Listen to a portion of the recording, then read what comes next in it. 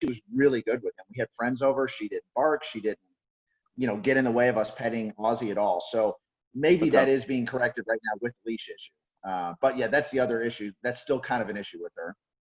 Okay, so the main thing is it's kind of like when you have two dogs and you're trying to pet one, so you're trying to pet Ozzy and Cleo's joining in.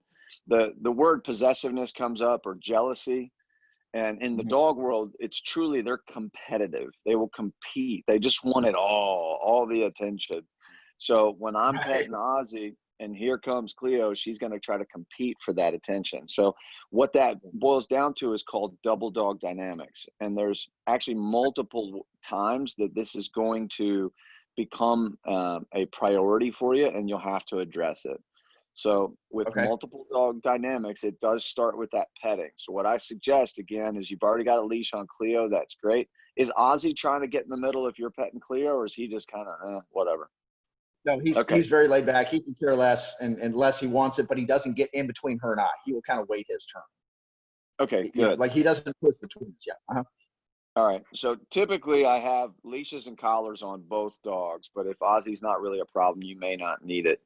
But when I go to pet Ozzy and Cleo tries to join in, I'm going to grab that leash and I'm going to redirect her away. The one thing I Mm-hmm. try not to do is I don't use my voice, because if you know, stop, quit, then you're giving her some sort of attention. So she will take that attention. And a lot of times that just draws her in even further.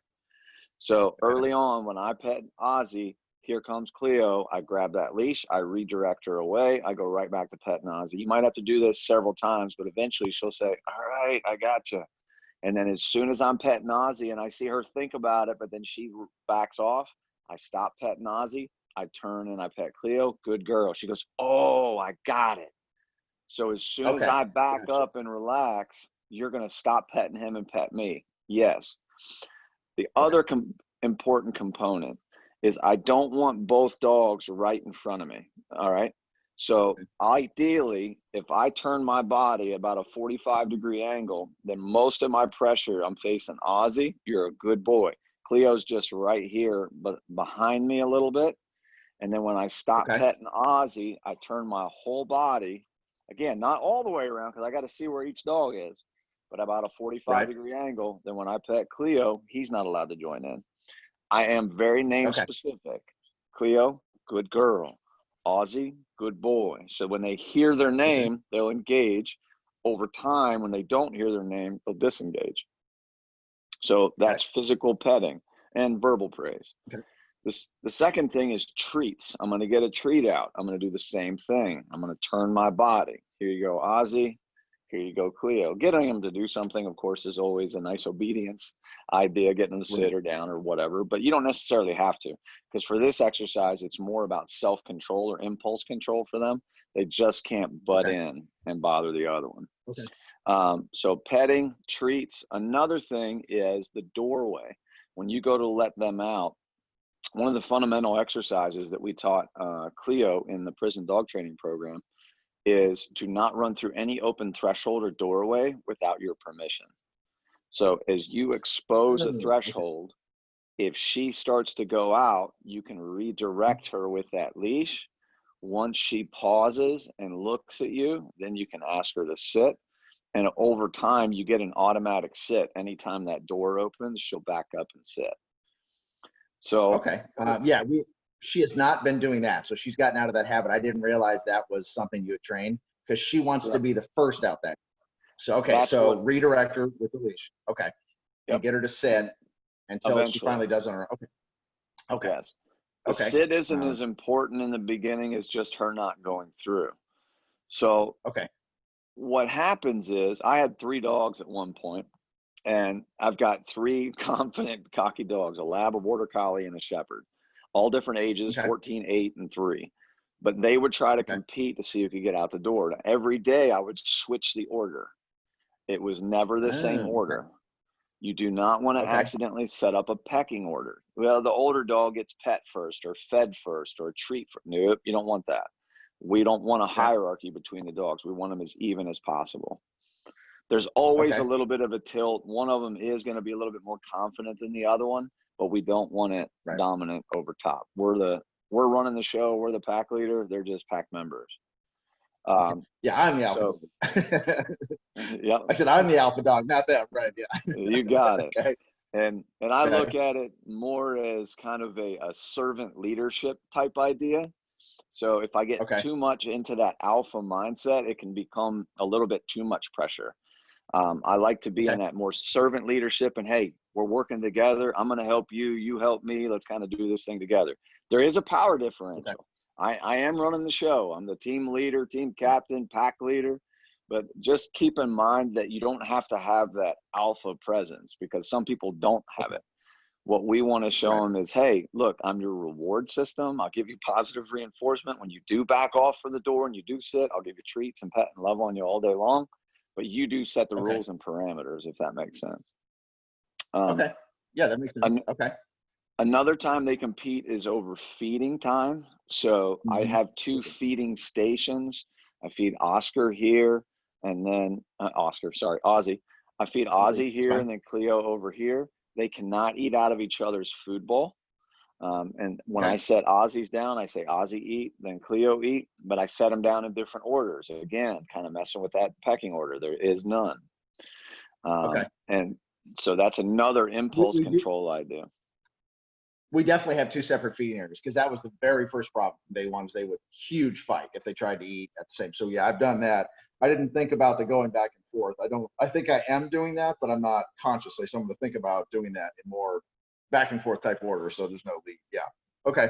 Perfect. Love it. That we can do. Okay. Um, and then another thing is toys. Basically, possession is 9/10 of the law.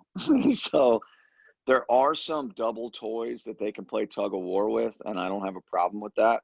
But in general, if one of them has a tennis ball and the other one tries to take it, that dog is wrong. Right. So let's say Cleo has a ball. Here comes Ozzy. I got to redirect Ozzy away. But the kicker is Okay. Cleo has that ball. If she decides to say, and try to back him off, she's wrong too. So Okay. we've got to redirect her with leash. Now, if she drops Okay. that ball to go get a drink of water, that's now a free ball. Ozzy comes and picks Okay. it up. He's now got in possession. She comes back and says, hey, that's mine. No, it isn't. He says, mine now. He's wrong too. Does that Okay. make sense? Yeah. No, that absolutely. And we had not. We were definitely having that problem where she wants every toy in the house, and she will. Right. The minute Ozzy went to play with something, she go takes it from him, and so that's the key is to do that same redirect every time. Yep. Basically, any bad behaviors do that redirect. Yeah. Okay, so that makes sense. It's the And on that foundation. redirect, Mm-hmm. okay, and on that redirect, what I've been doing is I take her with the leash, I drag her away, and I get her to sit and look at me, and then I praise her. That's what I've been trying to do? Is that what you said? Right? You praise her after she is kind of focuses on you, then, or when do you After praise her she's, at that point? yeah. So if this is her and this is, let's say, I'll even use my hat as an example. So let me back up a little bit, put this screen on me so I can see myself. So if this is something that's not hers, you see her commit towards this. What I want to do is use my leash into where eventually she at least looks away. As soon as she Okay. looks away, that's already a good girl. Okay. Ultimately, I would love it if she would turn all the way around and look at me. That's fantastic. But that's Okay. not completely necessary right off the top. It's more of just Okay. disengagement from the object, from Ozzy chewing on a bone, and away from the situation. That's step one. I don't know if you're familiar with Okay. B.F. Skinner's pigeon box, but basically, as soon as a pigeon would turn a little bit, it would get a reward. And then eventually it would turn further and further and further and further. And so I'm only Okay. looking for, and eventually a full 360. I'm looking for just enough to where she says, I'm disengaged, good girl. And then Okay. over time, yes, ultimately I would love it if she would turn all the way around and look at me and sit. But there's a big time lapse in there. And so if you wait too long, then all you're rewarding her for is actually sitting. What we want to do is start to Right. show her when she disengages from that unwanted behavior. That's truly what we want rewarded. So it's the timing of that praise. Okay. Does that make sense? Okay. Yeah. No, that does make sense. Yeah, because their memory isn't that long. They have. Yeah, you have to reward it with what the actual action is. Okay. Got it. Yeah, it's So because I can do if they that. go Okay. perfect, and then So we talked about the double dog dynamics. We talked about having them separated at night via the bathroom door. And then the other priority you had, remind me, I should have written them down. But. Well, yeah. So the other was just making sure that I want her to bark at threats, but Thank you. yeah, like I don't know how to separate. Like, do I just always let her bark at strangers outside? I don't know how to, is there a better way to do that? Yeah. You know, like she barks at the UPS guy every single time. Right. And so it's all about pressure on, pressure off.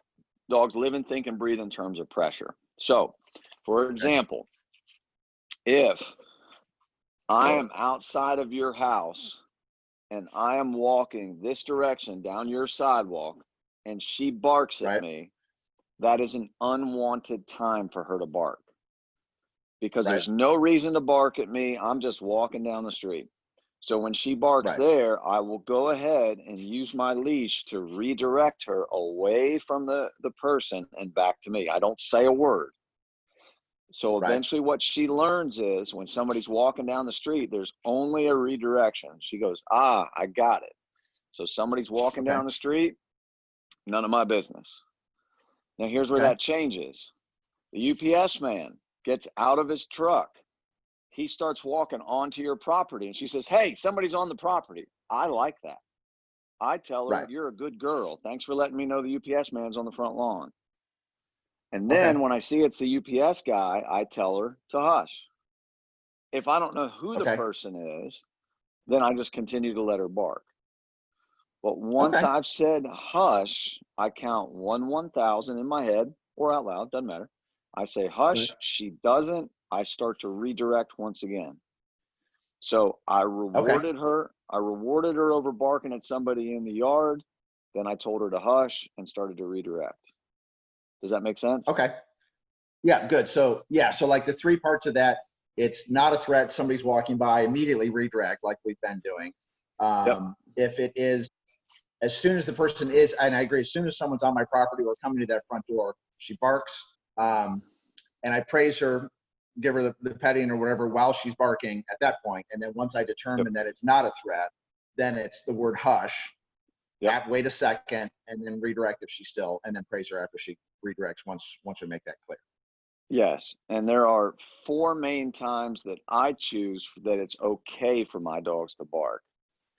If you're on my property approaching my house, if you knock on my front door or ring the doorbell, those are the 2 main ones.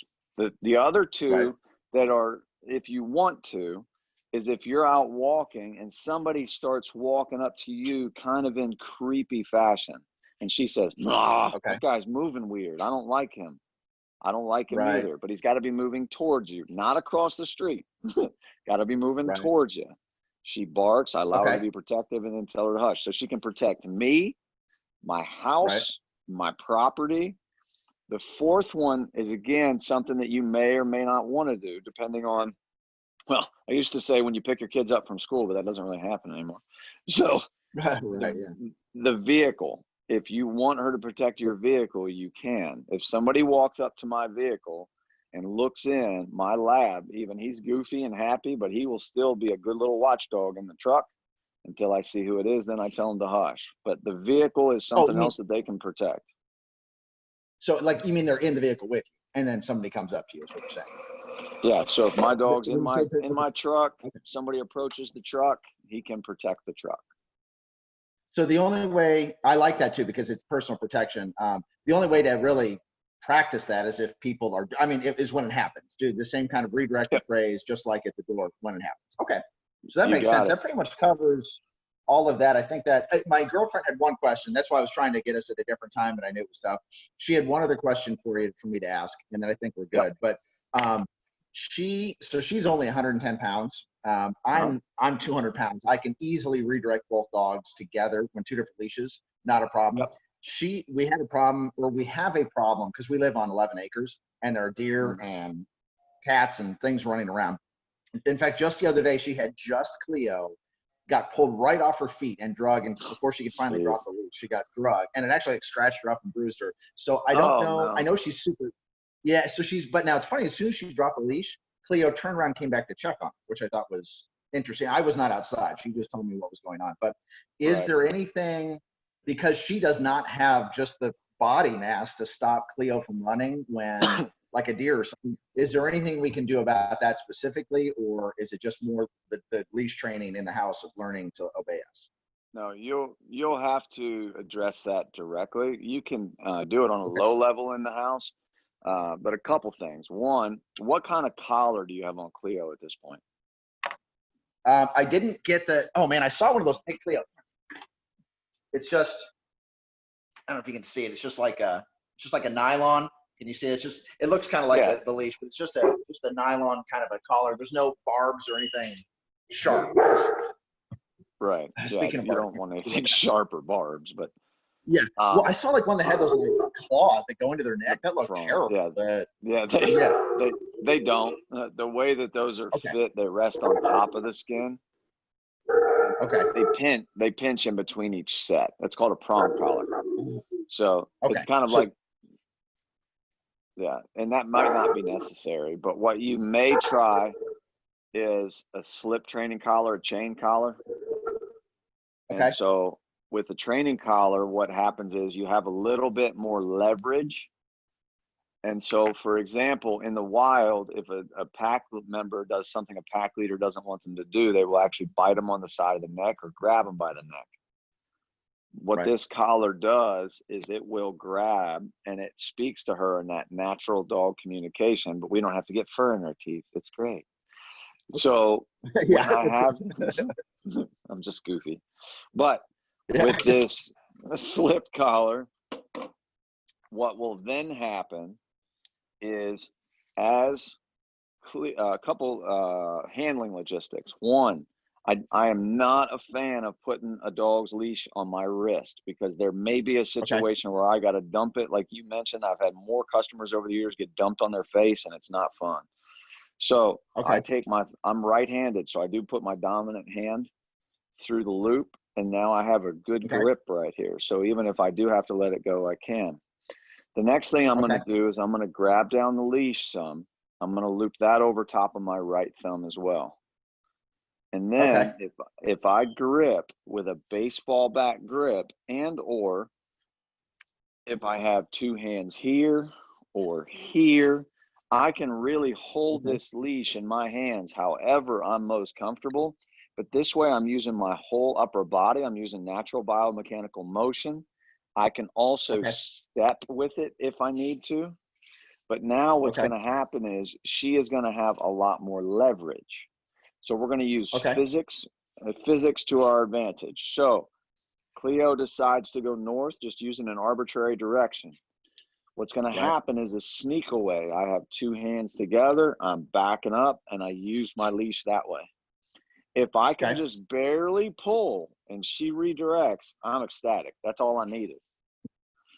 But Okay. usually in those high volume situations, high stimulation, you may have to give a quick little tug. It's like somebody sharply Okay. pulling on your shirt sleeve and saying, hey, and try to get your attention. Sometimes Okay. dogs get all the way to the end of the leash real quickly, and you may have to do one and then two. And that's basically a Okay. little double tap. It's like, hey, pay attention. But the Right. most important thing is my knees are bent. I don't know if you can see that. My knees Yeah, are I can. bent. Sure. My feet are apart. So that way, here goes 60, 70, 80 pounds. Well, I'm going the other direction. Does Right. that make sense? And that pinch. Yeah, and that chain collar will help too, because she'll get that pinch right then as we pull back Yes. on that collar. It adds Okay. a Okay. little bit more leverage. And so real quickly with these training collars, when you go to the pet stores, a couple things. You can't fit these rings ring to ring. Drop it down Right. within either of the ring to make your collar. Oh, that's When you cool. put Okay. when you put this over top of her head, if this is her mouth Right. and she's looking at you, you want the run of the collar on top of the ring. So you see how it opens? Let me take a quick screen. Let me take a picture of that real quick. Just hold your hand up for a second so I can see where. I'm If gonna you want to show, yeah, because I'll forget that. I'm gonna shoot There you this go. Right there. Let video me to take a you picture. as well. Oh, awesome. She can watch this video. Sweet. Okay. That's good. I Yeah. got it. Thank you. All right. Got it. Thank you. And then if it's like this, do you see how the run is at the bottom or the ring is at the top? Right. it'll hang closed.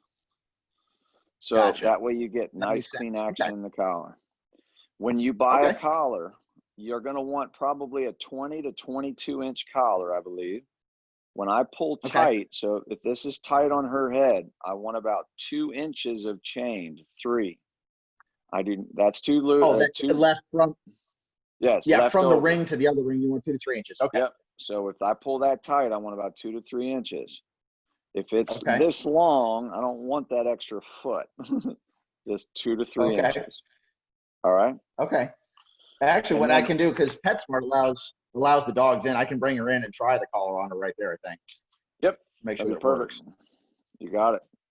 Okay. And so that Okay. training collar will definitely give you some more leverage. And then also just Okay. think about the biomechanical motion and physics. Use leverage on your side, you'll be okay. And it's a timing issue too. It's as soon as I see the dog bolt, I'm already going the other direction. So it'll Okay. take you a little time and practice to get that. But once you do, she'll start redirecting really quickly. And next thing you know, she says, okay, what do you want? I'm here. Okay. Sounds good. Well, that's All great. right. Actually, you sent me the video. I forgot you were going to do that. That's perfect because I'll show her that video tonight. Okay. But yeah, I think that kind of covers everything we need. If we, in the future, am I able to, do you do this kind of stuff? I mean, I know it's your business. So do you do this kind of Yep. stuff at an hourly rate or something via the Zoom stuff, or I do. what could we do beyond this? Okay. Yeah, so the Zoom is basically $1 a minute. So 30 minutes is my minimum. So if we need to do a half an hour, kind of like we're doing today, we could do that real Okay. quickly. If we need a full hour, $60 for 60 minutes. Okay. So however much time you need, I'd be more than happy to help you that way. Because where do you all live again? Remind me. We live in Cincinnati, but we're on the northern Kentucky side. I'm right by the airport, No. right by Cincinnati Okay. Airport. All right. So because Works. the only thing that we would have coming up is we're in about 3 weeks, we're going to introduce her cat to the dogs. And that's the only other concern I have. So we might want to get together with you on the Zoom meeting for that if we're starting Yep. to have issues. And I want to watch your YouTube videos, but this would be great to show her this video with everything we went over. I think that'll be helpful. So Excellent. okay. Well, once my Wi-Fi gets fixed, I'll upload this. I can't upload it right now because I got no Wi-Fi. So No, that's fine. my Wi-Fi will and I'll just hopefully be fixed at about 6 or 7 o'clock tonight, and then I'll be getting it to you. It'll probably be tomorrow by the time I get you the full video. Yeah, no, that's fine. And then if I don't get it by tomorrow afternoon or something, I'll just text you. But I'll keep your number in my phone then, so I can reach out to you if we need another meeting. But I appreciate everything you said about it. I mean, like I said, just even putting the leash on her in the house, we could see a difference. Yeah. So that Excellent. was a good sign that okay, she knows what this means, and it's definitely been night and day difference from the first time we had another male in the house to what happened now the last couple of times. She's so much better. So it's definitely working. Good. And we'll just continue to work with her. But well, okay, thank you awesome. all. I appreciate your help. Yeah, and thank you all very much for rescuing from the Humane Society of Oldham County and the Camp Canine program. It has an impact like you probably couldn't believe with all the inmates and the staff and the Humane Society. So we're very grateful for you to rescue her. So thank you very much. Well, we love animals big time, and I have never had anything but rescue animals. So I always look to rescue them because there's so many that need help. So, but no, I appreciate it. And I think on that note, she came up to say, well, she thought she was coming up to say Bye, goodbye. She Cleo. walked the other way.